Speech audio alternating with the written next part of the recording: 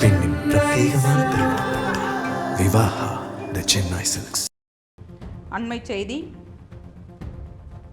தமிழ்நாட்டில் பல்கலைக்கழகங்களுக்கு முதல்வரை வேந்தராக்கும் சட்டத்திற்கு சென்னை உயர்நீதிமன்றம் விதித்த தடையை ரத்து செய்து உச்சநீதிமன்றம் தீர்ப்பளித்துள்ளது. பல்கலைக்கழகங்களின் துணை வேந்தர்களை ஆளுநருக்கு பதில் முதல்வர் தேர்வு செய்யும் மசோதாவுக்கு சென்னை உயர்நீதிமன்றம் தடை விதித்தது. முதல்வரே நியமிக்க வகை செய்யும் சட்டத்திற்கு தடைக்குரிய மனு மீது மெரிட் அடிப்படையில் விசாரணை நடத்த வேண்டும் என்று உச்சநீதிமன்றம் உத்தரவிட்டுள்ளது.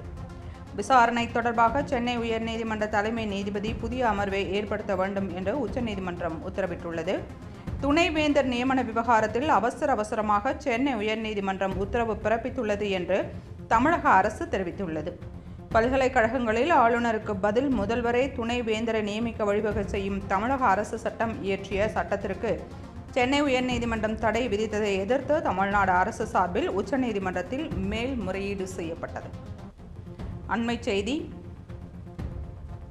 தமிழ்நாட்டில் பல்கலைக்கழகங்களுக்கு முதல்வரை வேந்தராக்கும் சட்டத்திற்கு சென்னை உயர்நீதிமன்றம் விதித்த தடையை ரத்து செய்து உச்சநீதிமன்றம் தீர்ப்பளித்துள்ளது.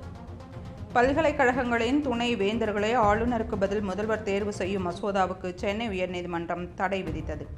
முதல்வரே நியமிக்க வகை செய்யும் சட்டத்திற்கு தடைக்குரிய மனு மீது மெரிட் அடிப்படையில் விசாரணை நடத்த வேண்டும் என்று உச்சநீதிமன்றம் உத்தரவிட்டுள்ளது.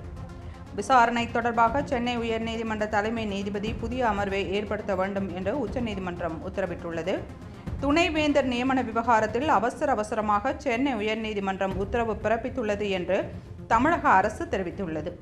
பல்கலைக்கழகங்களில் ஆளுநருக்கு பதில் முதல்வரை துணைவேந்தரை நியமிக்க வழிவகை செய்யும் தமிழக அரசு சட்டம் இயற்றிய சட்டத்திற்கு சென்னை உயர்நீதிமன்றம் தடை விதித்ததை எதிர்த்து தமிழ்நாடு அரசு சார்பில் உச்சநீதிமன்றத்தில் மேல்முறையீடு செய்யப்பட்டது.